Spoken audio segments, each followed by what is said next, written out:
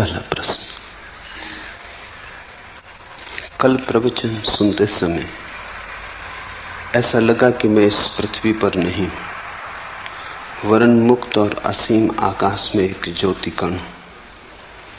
प्रवचन के बाद भी हल्केपन का, खालीपन का अनुभव होता रहा। उसी आकाश में भ्रमण करते रहने का जी होता रहा। ज्ञान, कर्म, भक्ति मैं नहीं जानता, लेकिन अकेला होने पर इसी स्थिति में डूबे रहने का जी होता है। लेकिन कभी कभी यह भाव भी उठता है कि कहीं यह मेरा पागलपन तो नहीं, कहीं यह मेरे अहंकार का ही दूसरा खेल तो नहीं। कृपा पूर्वक मेरा मार्गदर्शन करें।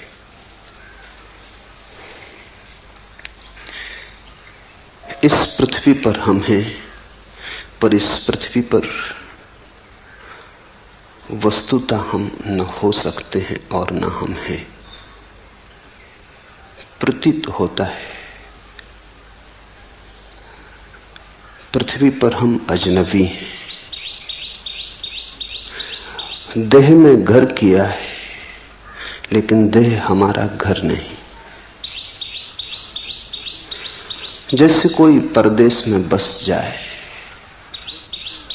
और भूल ही जाए स्वदेश को, फिर अचानक राह पर किसी दिन बाजार में कोई मिल जाए जो घर की याद दिला दे,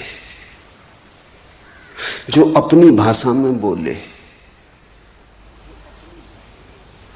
तो एक क्षण को परदेश मिट जाएगा, स्वदेश प्रकट हो जाएगा। शास्त्र का यही मूल्य है, शास्त्राओं के वचनों का यही अर्थ है। उनकी सुन के क्षण भर को हम यहां नहीं रह जाते, वहां हो जाते हैं जहां हमें होना चाहिए। उनके संगीत में बहकर जो चारों तरफ घेरे है वो दूर हो जाता है, और जो बहुत दूर है पास आ जाता है।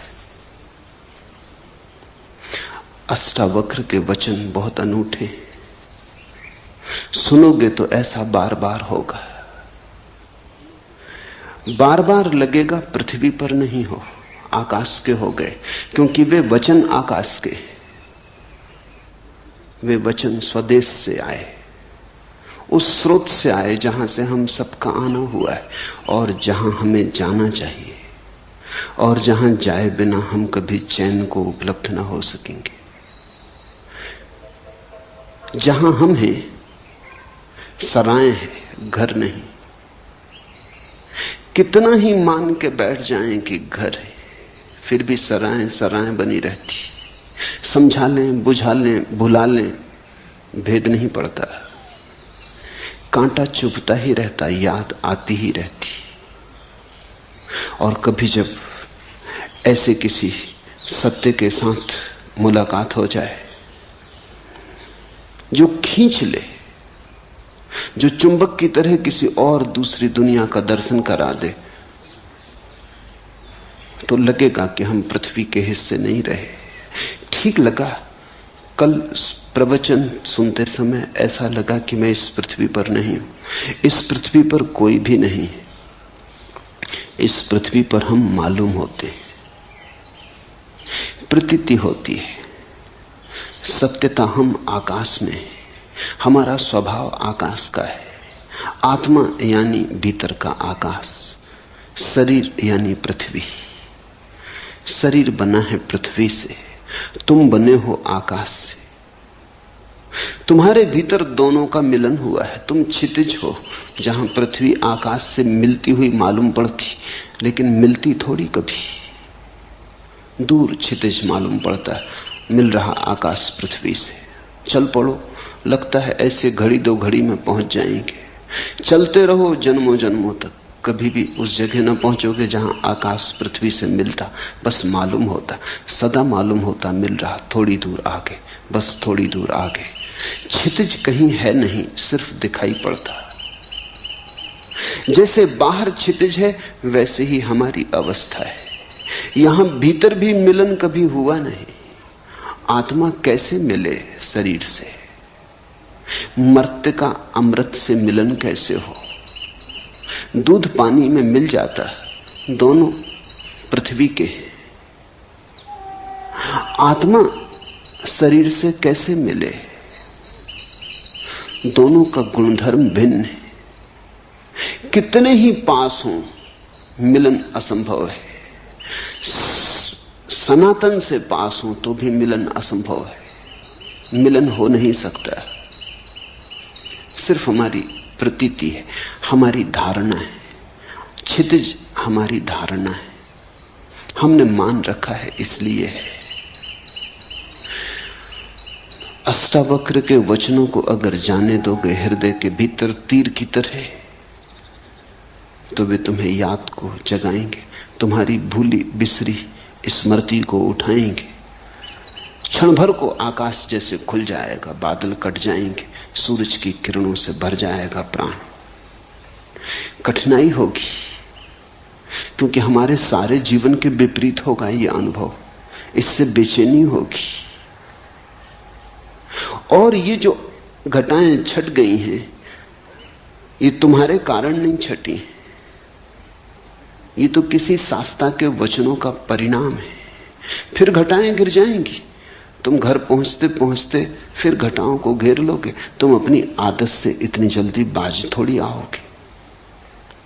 फिर घटाएं गिर जाएंगी, तब और बेचैनी होगी कि जो दिखाई पड़ा था वो सपना तो नहीं था, जो दिखाई पड़ा था कहीं कल्पना तो नहीं थी, कहीं अहंकार का मन का खेल तो न था, कहीं ऐसा तो न हुआ कि हम किसी पागलपन में पड़ गए थे। स्वभावतः तुम्हारी आदतों का वजन बहुत पुराना है, अंधेरा बड़ा प्राचीन है।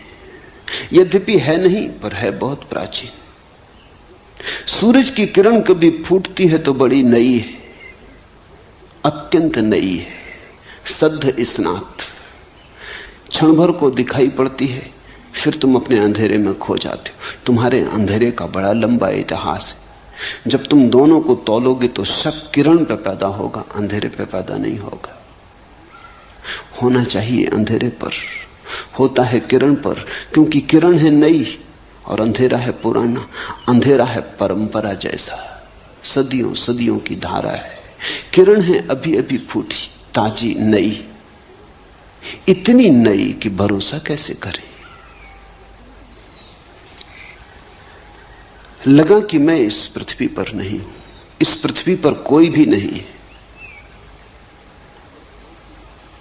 इस पृथ्वी पर हम हो नहीं सकते। मान्यता है हमारी, धारणा है हमारी, लगता है,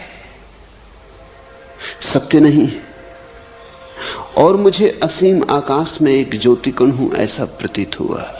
यह शुरुआत है। असीम आकाश में एक ज्योतिकण हूं, जल्दी ही लगेगा कि असीम आकाश हूं। यह प्रारंभ है।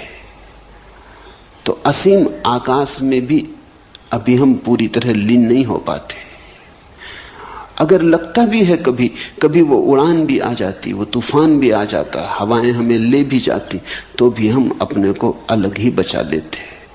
ज्योतिकण न रहे, अंधेरे हो गए ज्योतिकण, लेकिन आकाश से अभी भी भेद रहा, फर्क रहा, फासला रहा।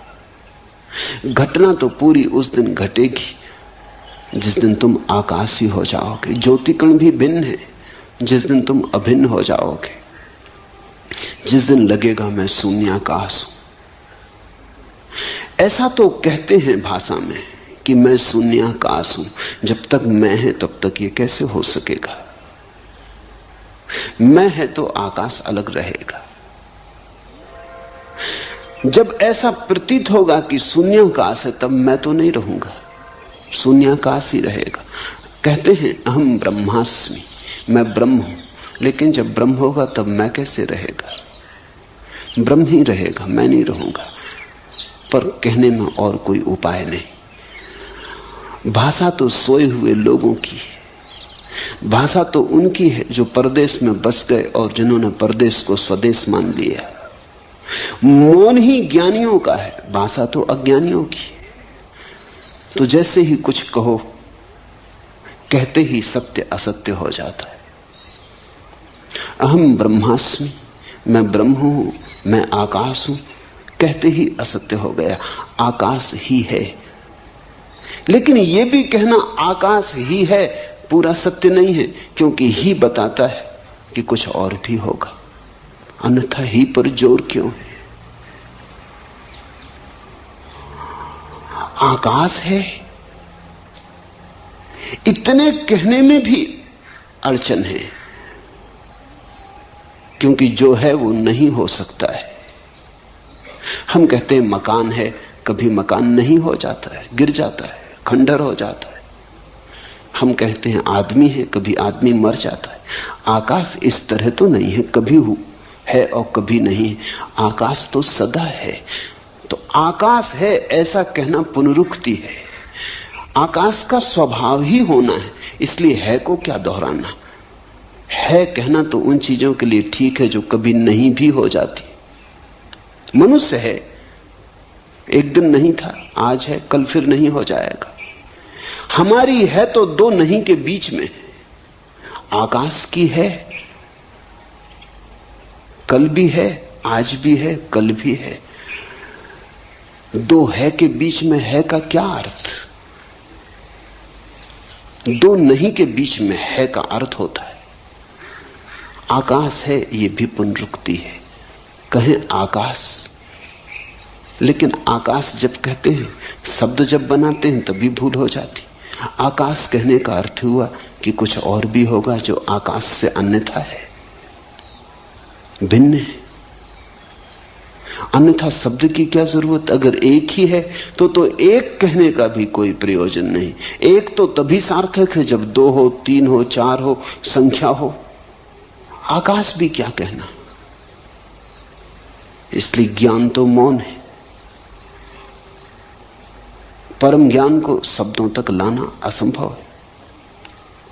लेकिन हम धन्यभागी हैं कि अष्टावक्र जैसे किन्हीं पुरुषों ने अथक असंभव चेष्टा की है।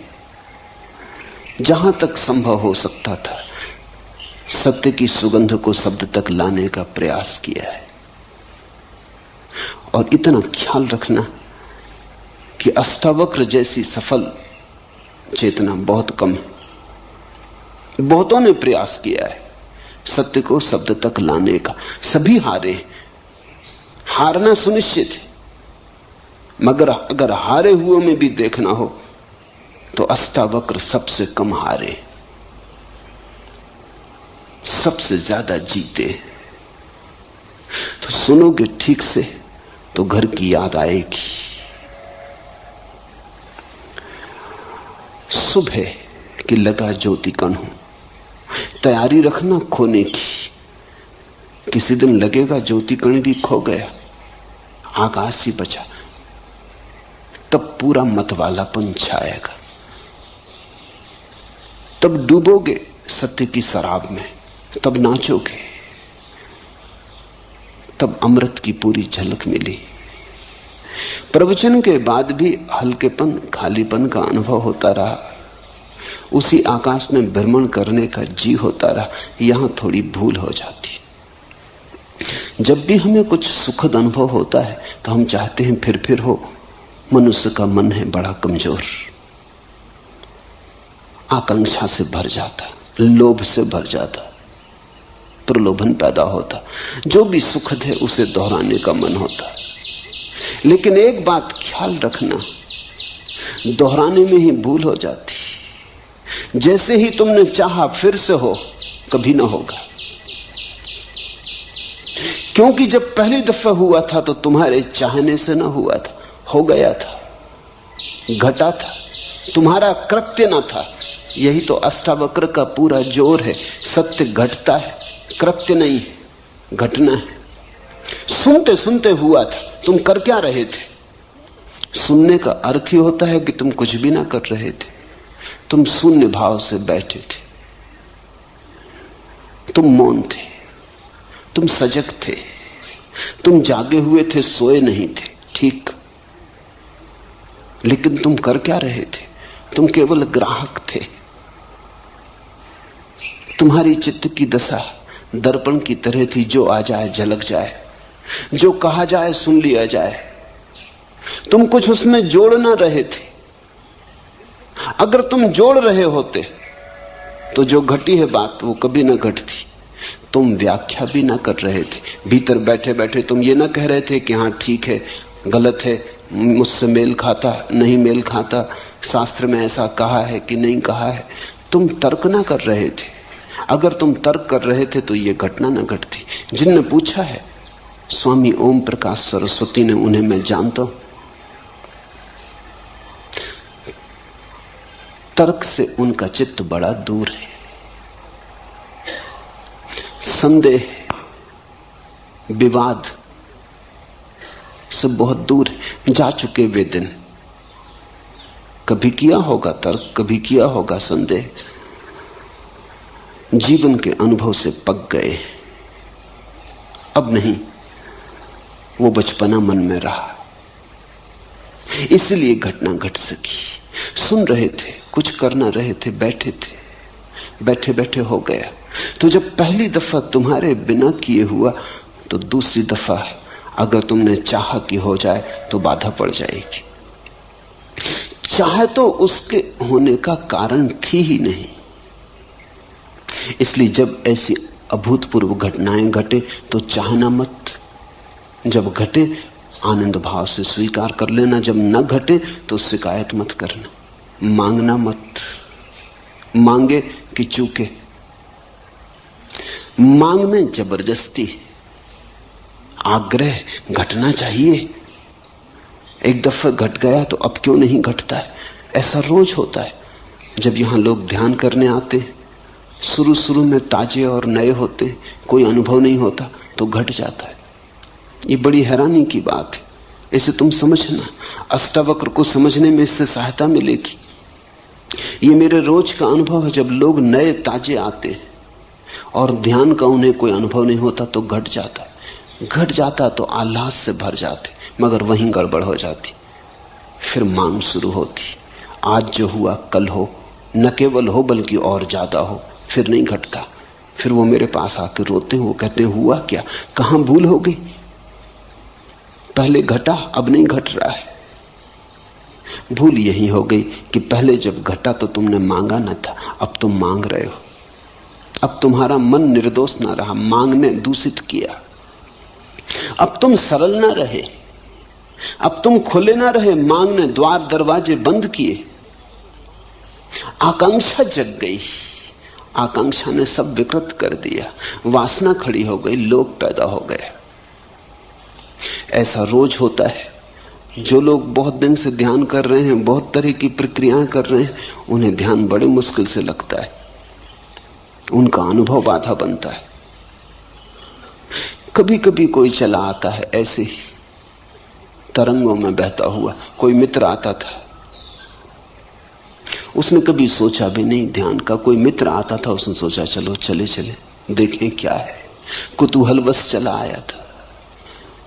कोई वासना न थी, कोई अध्यात्म की खोज भी न थी, कोई चेष्टा भी न थी, ऐसे ही चला आया था। औरों को ध्यान करते देख तरंग आ गई, सम्मिलित हो गया, घट गए। चौंका आदमी, मैं तो आया ही नहीं था ध्यान करने और ध्यान हो गया। बस फिर अड़चन। अब दोबारा जब आता है तो आकांक्षा है, मन में रस है, फिर से हो, लोभ है, पुनरुक्ति का भाव है। मन आ गया, मन ने सब खेल खराब कर दिए। जहां मन नहीं है वहां घटता है। ध्यान रखना, मन पुनरुक्ति की वासना है। जो हुआ सुखद फिर से हो, जो हुआ दुखद फिर कभी ना हो, यही तो मन है। मन चुनाव करता है, ये हो और ये ना हो, ऐसा बार बार हो और ऐसा अब कभी ना हो, यही तो मन है। जब तुम जीवन के साथ बहने लगते, जो हो ठीक, जो ना हो ठीक। दुख आए तो स्वीकार,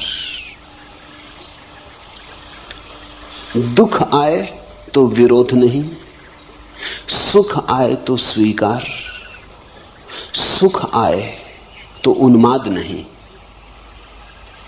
जब सुख और दुख में कोई सम होने लगता है, समता आने लगती है, जब सुख और दुख धीरे धीरे एक ही जैसे मालूम होने लगते हैं, क्योंकि कोई चुनाव ना रहा, अपने हाथ की कोई बात ना रही, जो होता है होता है, हम देखते रहते हैं। इसको अष्टावक्र कहते हैं साक्षी भाव। और वो कहते हैं साक्षी भाव सदा तो सब सदा। साक्षी भाव साक्षी को जगाता भीतर, बाहर समता ले आता है। समत्व साक्षी भाव की छाया है। या तुम समत्व में उपलब्ध हो जाओ तो साक्षी भाव चला आता। वे दोनों साथ साथ चलते, वे एक ही घटना के दो पैर या दो पंख हैं। उसी आकाश में भ्रमण करने का जी होता रहता है। इससे सावधान होना, मन को मौका मत देना कि ध्यान की घड़ियों को खराब करे। इसी मन ने तो संसार खराब किया, इसी ने तो जीवन के सारे संबंध विकृत किए,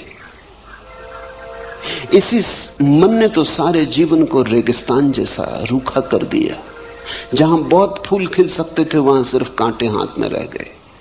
अब इस मन को अंतर यात्रा पर साथ मत लाओ, इसे नमस्कार करो, इसे विदा दो, प्रेम से सही पर इसे विदा दो। इससे कहो बहुत हो गया, अब हम न मांगेंगे, अब जो होगा हम जागेंगे, हम देखेंगे। जैसे ही तुमने मांगा फिर तुम साक्षी नहीं रह सकते, तुम भोक्ता हो गए। ध्यान के भी भोक्ता हो गए तो ध्यान गया। भोक्ता का अर्थ यह है कि तुमने कहा इसमें मुझे रस आया, इससे मुझे सुख मिला।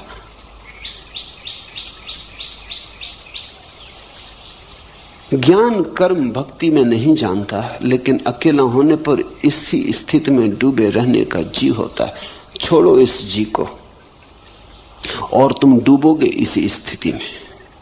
अकेले ही नहीं, भीड़ में भी रहोगे तो डूबोगे, बाजार में भी रहोगे तो भी डूबोगे। ये स्थिति का कोई संबंध अकेले और भीड़ से नहीं है, मंदिर और बाजार से नहीं है, एकांत समूह से नहीं है। इस स्थिति का संबंध तुम्हारे चित्त के शांत होने से, सम होने से। जहां भी शांति समता होगी ये घटना घटेगी, लेकिन तुम इसको मांगो मत, अन्यथा यही अशांति बन जाएगी,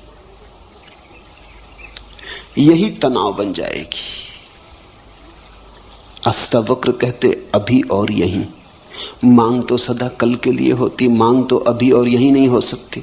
मांग का स्वभाव वर्तमान में नहीं ठहरता। मांग का अर्थ ही है हो, कल हो, घड़ी भर बाद हो, क्षण भर बाद हो। मांग अभी तो नहीं हो सकती। मांग के लिए तो समय चाहिए, थोड़ा ही सही पर समय चाहिए, और भविष्य है नहीं। जो नहीं है उसी का नाम भविष्य, जो है उसका नाम वर्तमान है। वर्तमान और मांग का कोई संबंध नहीं होता। जब तुम वर्तमान में होगे तो पाओगे कोई मांग नहीं, और तब घटेगी ये घटना। जब इसे घटाने का जीना रहेगा तब ये खूब घटेगी। इस पहेली को ठीक से समझ लो, इस पहेली का एक एक कोना पहचान लो। जिस दिन तुम कुछ भी न मांगोगे उस दिन सब घटेगा। जिस दिन तुम परमात्मा के पीछे दीवाने होकर न दौड़ोगे वो तुम्हारे पीछे चला आएगा। जिस दिन तुम ध्यान के लिए आतुरता न दिखाओगे, तुम्हारे भीतर कोई तनाव न होगा, उस दिन ध्यान ही ध्यान से भर जाओगे। ध्यान कहीं बाहर से थोड़ी आता। जब तुम तनाव में नहीं हो तो जो तुम्हारे भीतर शेष रह जाता उसका नाम ध्यान है। जब तुम्हारे भीतर वासना नहीं है तो जो शेष रह जाता उसका नाम ध्यान है। झील है, तरंगें उठ रही, हवा के झकोरे हैं, झील का पूरी छाती तूफान से भर गई, आंधी है, सब उथल पुथल हो रही है। आकाश में चांद है पूरा, लेकिन प्रतिबिंब नहीं बनता क्योंकि झील कप रही। दर्पण कैसे बने? चांद का प्रतिबिंब बनता है, टूट टूट जाता, हजार हजार टुकड़ों में चांदी फैल जाती पूरी झील पर, लेकिन चांद का प्रतिबिंब नहीं बनता है। झील शांत हो गई, लहरें कहीं चली गईं, लहरें कहीं से आई थी, लहरें झील की थी, फिर सो गई, झील में वापस उतर गई। झील अपनी स्थिर अवस्था में आ गई। वो जो चांदी की तरह फैल गया चांद था, झील की छाती पर सिकुड़ आया, एक जगह ठीक प्रतिबिंब बनने लगा। जैसे ही तुम्हारे मन की झील पे तरंगें नहीं होती, तरंग यानी वासना, तरंग यानी मांग, तरंग यानी ऐसा हो और ऐसा ना हो। जब कोई तरंग मन की झील पे नहीं होती तो सत्य जैसा है वैसा ही प्रतिबिंबित होता है। तो जो बनता है चांद तुम्हारे भीतर, उसके सौंदर्य का क्या कहना, उसके रस का क्या कहना। रसधार बरसती, मिलन होता, फिर सुहागरात ही सुहागरात है। लेकिन तुमने मांगा कि चूक हो जाएगी, और मैं समझता हूं मांग बिल्कुल स्वाभाविक मालूम होती। बड़ी अड़चन है, इतना सुख मिलता है ऐसी घड़ियों में कि कैसे बचे न मांगने से। मानवीय है, मैं ये नहीं कहता कि तुमने कुछ बड़ी अमानवीय भूल की, बिल्कुल मानवीय भूल है। कभी जब क्षण भर को झरोखा खुल जाता है और आकाश बहता है तुम में, कभी क्षण भर को जब अंधेरा टूटता है और किरणें उतरती, तो असंभव है, करीब करीब असंभव है कि इसे न मांगो, लेकिन यह असंभव सीखना पड़ेगा। आज सीखो, कल सीखो, परसों सीखो, मगर सीखना पड़ेगा। जितनी जल्दी सीखो उतना उचित। अभी तैयार हो जाओ तो अभी घटना घटने को देर नहीं है। जरा भी क्षण भर की प्रतीक्षा करने की जरूरत नहीं। इसी स्थिति में डूबे रहने का जी होता, ये स्थिति घटेगी, इसका तुम्हारे चित्त से कुछ लेना देना नहीं है। इसलिए तुम अपने चित्त को पीछे छोड़ो। वो जब बीच बीच में आए तब उसे बार बार कह दो कि क्षमा करो, बहुत हुआ, काफी हुआ, संसार खराब किया, परमात्मा तो खराब मत करो।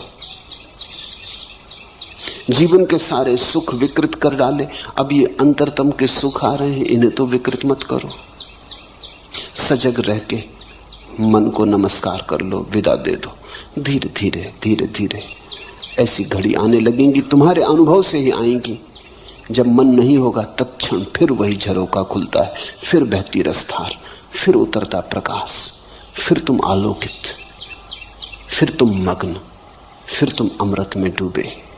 जब ऐसा बार बार होगा तो बात साफ हो जाएगी। तो फिर मन से तुम अपने को दूर रखने में कुशल हो जाओगे। जब घटे तब घट जाने देना, जब न घटे तब शांति से प्रतीक्षा करते रहना। आएगा, जो एक बार आया है बार बार आएगा। तुम भर मत मांगना, तुम भर बीच में मत आना, तुम भर बाधा मत देना। लेकिन कभी कभी ये भाव भी उठता है कि कहीं ये मेरा पागलपन तो नहीं। बुद्धि ऐसे भाव भी उठाएगी, क्योंकि बुद्धि ये मान ही नहीं सकती कि आनंद हो सकता है। बुद्धि दुख से बिल्कुल राजी। बुद्धि ने दुख को पूरी तरह स्वीकार किया है, क्योंकि बुद्धि दुख की जन्मदात्री। अपनी ही संतान को कौन स्वीकार नहीं करेगा। तो बुद्धि मानती है दुख है तो बिल्कुल ठीक है। लेकिन महासुख, जरूर कहीं कोई गड़बड़ हो गई। ऐसा कहीं होता है, कोई कल्पना हो गई, कोई सपना देखा, किसी देवा स्वप्न में खो गए, किसी सम्मोहन में उतर गए, जरूर कहीं कुछ पागलपन हो गया है। बुद्धि ऐसे बार बार कहेगी, इसे सुनना मत, इस पर ध्यान मत देना। अगर इस पर ध्यान दिया तो वे घटनाएं बंद हो जाएंगी, वे द्वार झरोखे फिर कभी ना खुलेंगे। एक बात ख्याल में रखना, आनंद सत्य की परिभाषा है। जहां से आनंद मिले वहीं सत्य है। इसलिए तो हमने परमात्मा को सच्चिदानंद कहा है। आनंद उसकी आखिरी परिभाषा है। सत्य से भी ऊपर, चित्त से भी ऊपर आनंद को रखा है, सच्चिदानंद कहा है। सत्य एक सीढ़ी नीचे, चित्त एक सीढ़ी नीचे, आनंद परम। जहां से आनंद बहे, जहां से आनंद मिले, फिर तुम चिंता मत करना, सत्य के करीब हो। जैसे कोई बगीचे के करीब आता है तो हवाएं ठंडी हो जाती, पक्षियों के गीत सुनाई पड़ने लगते, शीतलता अनुभव होने लगती। तो बगीचा दिखाई भी ना पड़े तो भी अनुभव में आने लगता है कि राह ठीक है, बगीचे की तरफ पहुंच रहे हैं। ऐसे ही जैसे ही तुम सत्य की तरफ पहुंचने लगते हो, आनंद झरता है, शीतल होने लगता मन, संतुलन आने लगता है, सहिष्णुता बढ़ती है, सुख बढ़ता है, एक उमंग घेरे रहती अकारण। कोई कारण भी दिखाई नहीं पड़ता, न कोई लॉटरी मिली है, न कोई धंधे में बड़ा लाभ हुआ है, न कोई बड़ा पद मिला है। ऐसा भी हो सकता था पद था वो भी गया, हाथ में जो था वो भी खो गया, धंधा भी डूब गया, लेकिन अकारण एक उमंग है कि भीतर कोई नाचे जा रहा है कि रुकता ही नहीं। तो बुद्धि कहेगी कहीं पागल तो नहीं हो गए। ये तो पागलों के लक्षण है। ये बड़ी अजीब दुनिया है, यहां सिर्फ पागल ही प्रसन्न दिखाई पड़ते। इसलिए बुद्धि कहती पागल हो गए होगे, क्योंकि यहां पागलों के सिवा किसी को प्रसन्न देखा है। यहां हजार कारण होते हैं तब भी आदमी प्रसन्न नहीं होता। बड़ा महल हो, धन हो, संपत्ति हो, सुख सुविधा हो, तब भी आदमी प्रसन्न नहीं होता। ये दुनिया दुखी लोगों की दुनिया है, मगर दुखी लोगों की भीड़ है। यहां अगर तुम हंसने लगो अकारण तो लोग कहेंगे पागल हो गए। अगर तुम कहो कि हंसी आ रही कोई कारण नहीं, फैली जा रही, भीतर से उठ रही, लहर आ रही, लोग कहेंगे बस दिमाग खराब हो गए। यहां तुम शक्ल बना के चलो, उदास रहो, तुम्हारी शक्ल देख के भूत प्रेत भी डरे, तो बिल्कुल ठीक हो, तो कोई अड़चन नहीं है, तो सब ठीक चल रहा है। तुम आदमी जैसे आदमी हो, जैसा आदमी होना चाहिए वैसे आदमी हो। लेकिन तुम मुस्कुराने लगो, तुम हंसने लगो, तुम गीत गुनगुनाने लगो, तुम राह के किनारे खड़े होकर नाचने लगो, बस तुम पागल हो गए। परमात्मा को हमने इस भांति इंकार किया है कि अगर परमात्मा आए तो हम उसे पागल खाने में बंद कर देंगे। शायद इसी कारण नहीं आता, आने से डरता है। तुम जरा सोचो, कृष्ण अगर मिल जाएं चौराहे पर, बांसुरी बजाते, मोर मुकुट बांधे, पीतांबर डाले, गोपियां नाचती हों, क्या करोगे?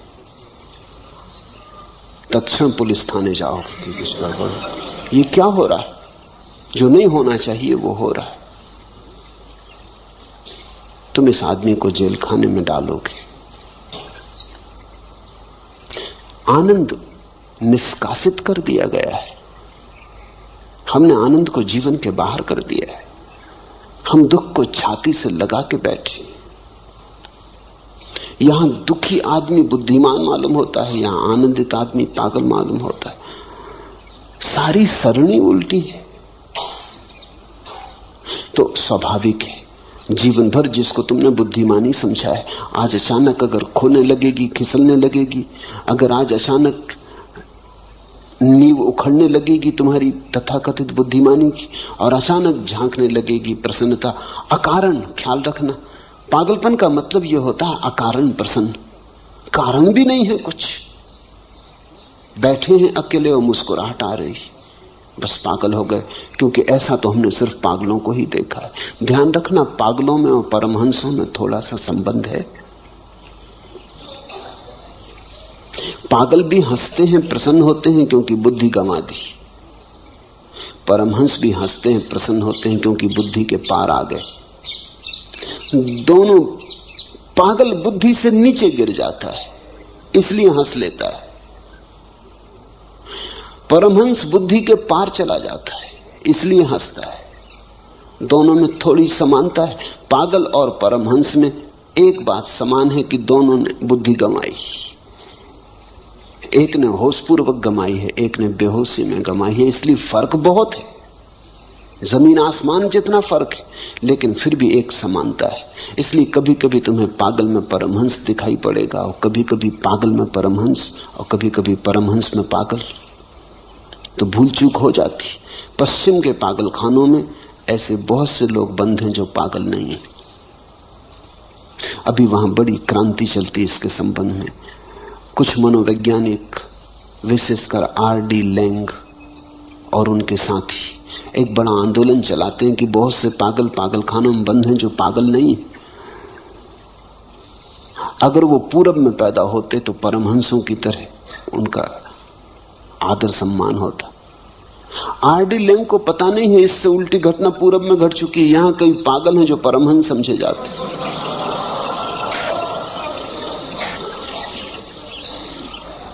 मगर आदमी आदमी है। यहां पूरब में कई पागल परमहंस समझ लिए गए, मगर भूल चूक होती क्योंकि दोनों की सीमाएं एक दूसरे पे पड़ जाती। तो ये शक स्वाभाविक है। एक ही बात ख्याल रखना इसमें, आनंद बढ़ रहा हो घबराना मत। मगर आनंद पागलपन के कारण भी बढ़ सकता है। तो सुरक्षा की कसौटी क्या है? सुरक्षा की कसौटी यह है, तुम्हारा आनंद बढ़ रहा हो और तुम्हारे कारण किसी का दुख न बढ़ रहा हो तो बेफिक्री से जाना। तुम्हारा आनंद किसी की हिंसा, किसी पे आक्रमण, किसी को दुख देने पर निर्भर ना हो तो फिर पागलपन से डरने की कोई वजह नहीं है। अगर पागल भी हो रहे तो ये पागलपन बिल्कुल शुभ है, ठीक है। फिर बेझिझक इसमें प्रवेश कर जाना। डरने का कारण तो तभी है जब तुम किसी को नुकसान पहुंचाने लगो। तुम्हारे नाच से किसी को कोई बाधा नहीं है, लेकिन कोई सो रहा है, तुम उसकी छाती पे जाकर ढोल बजा कर नाचने लगो। तुम नाचो, इससे कुछ अड़चन नहीं है। तुम गुनगुनाओ राम का नाम, ये ठीक है। लेकिन माइक लगा के आधी रात में और तुम अखंड कीर्तन शुरू कर दो तो तुम पागल हो।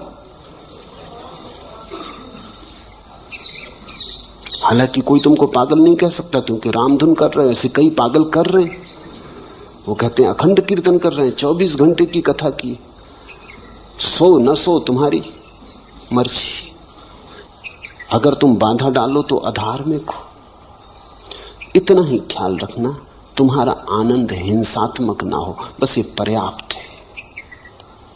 तुम्हारा आनंद तुम्हारा निजी हो, इसके कारण किसी के जीवन में कोई बाधा ना पड़े, कोई पत्थर ना पड़े। तुम्हारा फूल खिले, लेकिन तुम्हारे फूल के खिलने के कारण किसी को कांटे न चुभे, इतना ही भर ख्याल रहे तो तुम ठीक दिशा में जा रहे हो। जहां तुम्हें लगे कि अब दूसरों को बाधा होने लगी, वहां थोड़े सावधान होना। वहां परमहंस की तरफ न जाके तुमने पागलपन का रास्ता पकड़ लिया। ओम प्रकाश से किसी को कोई दुख नहीं है। बेझिझक बेधड़क जा सकते हो।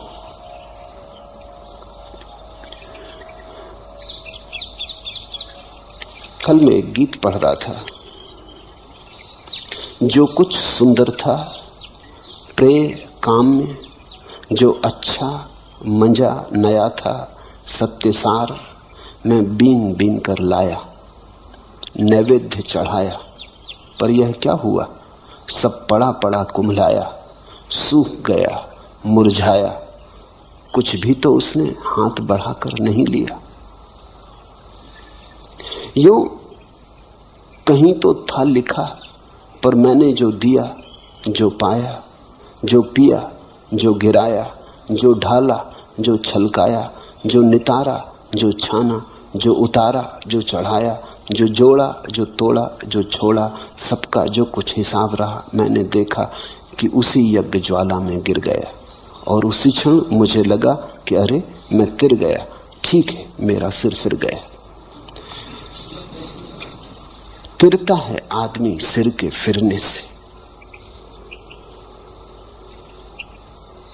परमात्मा को तुम चढ़ाओ चुन चुन के चीजें, अच्छी अच्छी चीजें, उससे कुछ ना होगा जब तक कि सिर ना चढ़े।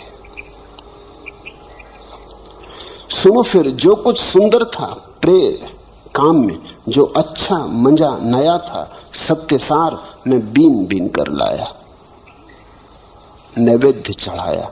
पर यह क्या हुआ? सब पड़ा पड़ा कुम्हलाया, सूख गया मुरझाया, कुछ भी तो उसने हाथ बढ़ाकर नहीं लिया। तुम ले आओ सुंदरतम को खोजकर, बहुमूल्य को खोजकर, चढ़ाओ कोहिनूर, कुम्हलाएंगे। तोड़ो फूल कमल के, गुलाब के, चढ़ाओ कुम्हलाएंगे। एक ही चीज वहां स्वीकार है, वो तुम्हारा सिर, वो तुम्हारा अहंकार, वो तुम्हारी बुद्धि, वो तुम्हारा मन। अलग अलग नाम है, बात एक ही है। वहां चढ़ाओ अपने को। और उसी क्षण मुझे लगा कि अरे मैं तिर गया, ठीक है, मेरा सिर फिर गया। लोग तो यही कहेंगे, ओम प्रकाश के सिर फिर गया। कहने दो लोगों को, लोगों के कहने से कोई चिंता नहीं। जब लोग तुमसे कहते हैं सिर फिर गया, तो वो इतना ही कर रहे हैं कि अपने सिर की रक्षा कर रहे हैं, और कुछ नहीं। जब लोग तुमसे कहते हैं तुम्हारा सिर फिर गया, तो वो ये कह रहे हैं कि बचाओ हमें, इधर इस तरफ मत आओ, हमें मत सुनाओ ये गीत, मत ये हंसी हमारे द्वार लाओ,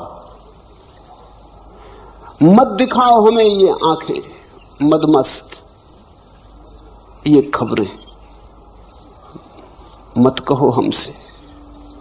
घबराहट है उनकी, भीतर उनके भी यही राग है, भीतर उनके भी ऐसी ही वीणा पड़ी है जो प्रतीक्षा करती जन्मों जन्मों से कि कोई छेड़ दे, मगर डर है, घबराहट है।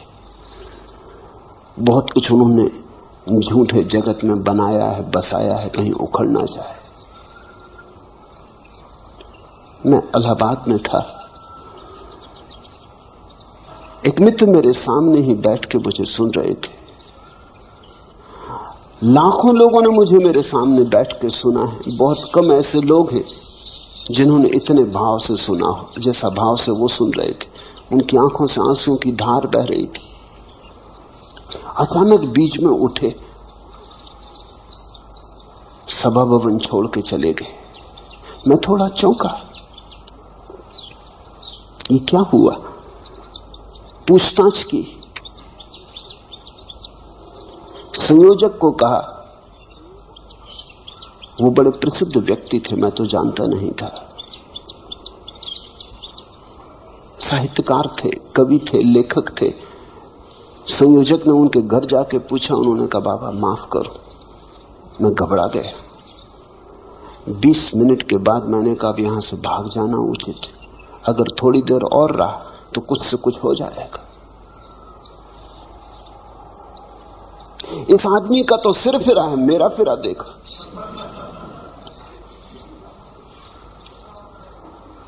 आऊंगा, अभी नहीं, जरूर आऊंगा, पर थोड़ा समय दो। और 2 रात से मैं सो नहीं सका हूं और बातें मेरे मन में गूंज रही। नहीं, अभी मेरे पास बहुत काम करने को पड़े, अभी बच्चे छोटे, अभी घर गृहस्थी संभालनी। जरूर आऊंगा, तुम जाओ, उनसे कहना जरूर आऊंगा, लेकिन अभी नहीं। जब कोई तुमसे कहता है तुम्हारा सिर फिर गया, वो सिर्फ अपनी आत्मरक्षा कर रहा, वो ये कह रहा है कि ऐसा मान के कि तुम्हारा सिर फिर गया, मैं अपने आकर्षण को रोकता हूं।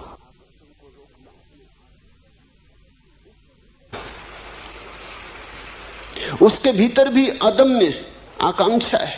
कौन है ऐसा जो परमात्मा को खोजने नहीं चला है? कौन है ऐसा जो आनंद का प्यासा नहीं है? कौन है ऐसा जिससे सत्य की